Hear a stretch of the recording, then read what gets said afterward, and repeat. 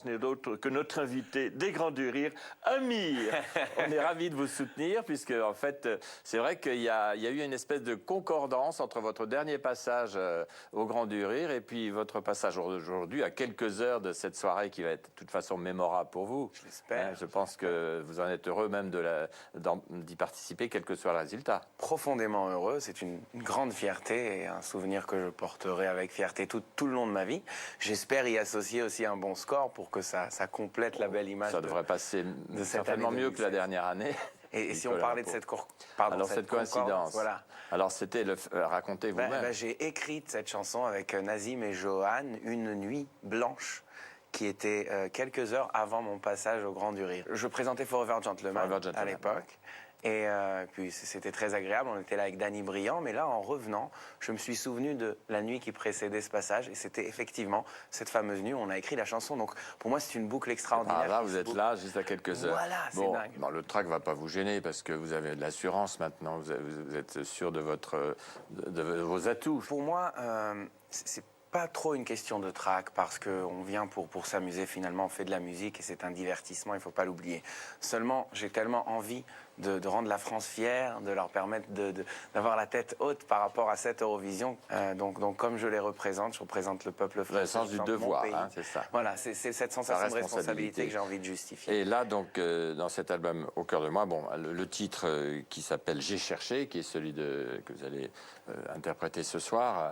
La seule chose que j'ai demandé, vu que, comme on a dit tout à l'heure, j'étais sur Forever Gentleman, avant ça j'ai fait The Voice, j'ai l'impression qu'aux yeux des gens, je suis peut-être un chanteur qu'ils n'ont l'habitude d'entendre que sur des reprises ou qui ne chante pas ses propres chansons. Là, c'est pas le cas, justement. Et c'est ça. Et c'est pourquoi j'ai demandé aussi à la délégation française de me permettre de sortir le titre d'une manière complètement neutre, qui est que pour moi, en disant pendant 2 mois que c'est la chanson d'Amir, avant de dire que c'est la chanson pour l'Eurovision, que les gens comprennent qu'il y a un projet sur lequel on a travaillé pendant 2 ans. Il y a tout un album qui est d'ailleurs juste derrière moi. Donc ça donne cet album, votre premier album en fait, hein, on peut le dire. C'est mon premier album, c'est surtout peut-être ma première présentation au public français après toutes les fois où ils m'ont vu dans différentes occasions, mais ils n'ont jamais eu l'occasion d'écouter ma propre musique, ce qui est en train d'arriver maintenant avec l'Eurovision. Et de manière générale, j'espère que l'on va vivre un long chemin ensemble autour de ces chansons. Voilà, alors je pense que le dentiste que vous avez failli être ne regrette pas cette année sabbatique qui n'en finit plus.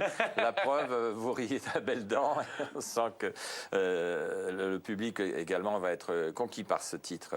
On vous le souhaite en tout cas. Et puis on vous accompagne dans cette soirée de l'Eurovision sur France 2. Merci Amir d'être venu nous parler de cet album. Merci beaucoup. À bientôt.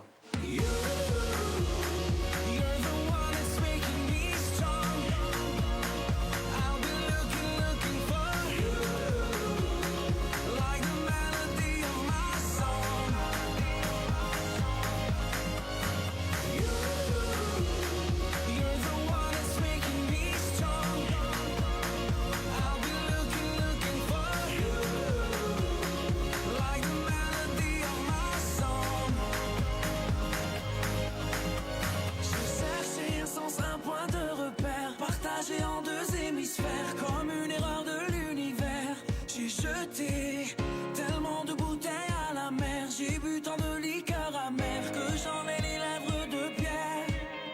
Tu m'as comme donné l'envie d'être moi, donné un sens à mes pourquoi. Tu as tué la peur qui dormait là, dans mes bras. Karen Cheryl et Henri-Jean Servat vous présentent Étoile de légende. C'est réellement un